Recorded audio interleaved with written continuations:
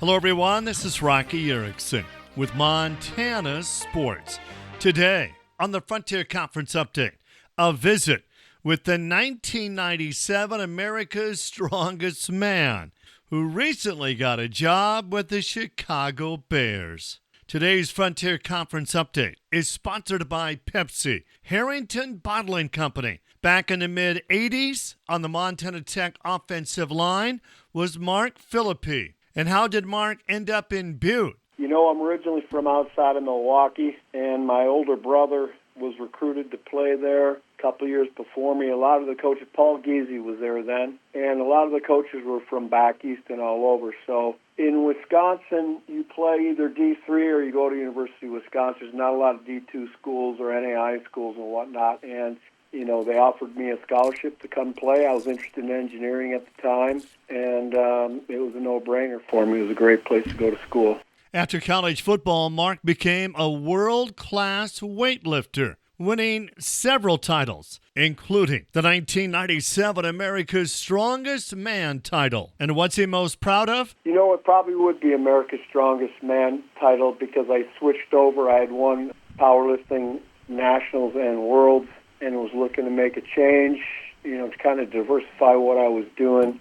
Seeing them guys on TV, who eventually a lot of them became my friends, and I had some connections in the powerlifting world. I could make, you know, phone calls to get me a tryout up in Scotland, and did well enough to get invites around the world, and ultimately it was, you know, strong enough to be invited to do, I think it was 7 World's Strongest Man competitions. So the first one, America's Strongest Man, it was new. You know, I was new to the stuff, you know, probably the most enjoyable.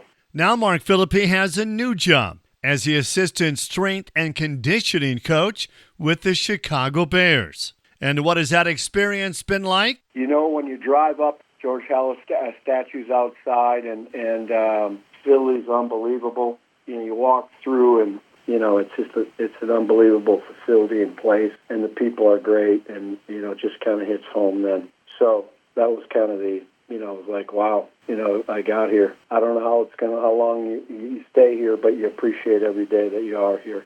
Mark, what's the best advice you can give a parent of a junior high or a high school athlete when it comes to conditioning? When I was doing that, I would tell parents, you initially have to find a person that's good with kids, you know, that can motivate them. But you're in for the long term. Too often we rush kids into how much can he lift too early and whatnot. And I would tell parents that if they get in a good, solid program when they're in 7th and 8th grade, just to introduce them to the movements, how to run, movement skills. You always want to start with body weight first and add external resistance.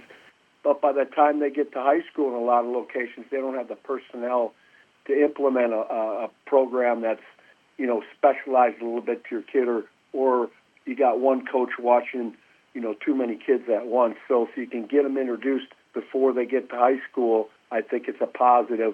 And you just gotta do your research and make sure that you're finding people that are in you know, trying to develop your kids over the long term, because it's not a short-term race. There's so many things that got to be taken a lot of time, and you know, teaching them the movements and how to do them properly, and strength will come. You just can't rush it too fast. Mark Phillippi, what a career. From an offensive lineman at Montana Tech to a strength and conditioning coach in the National Football League.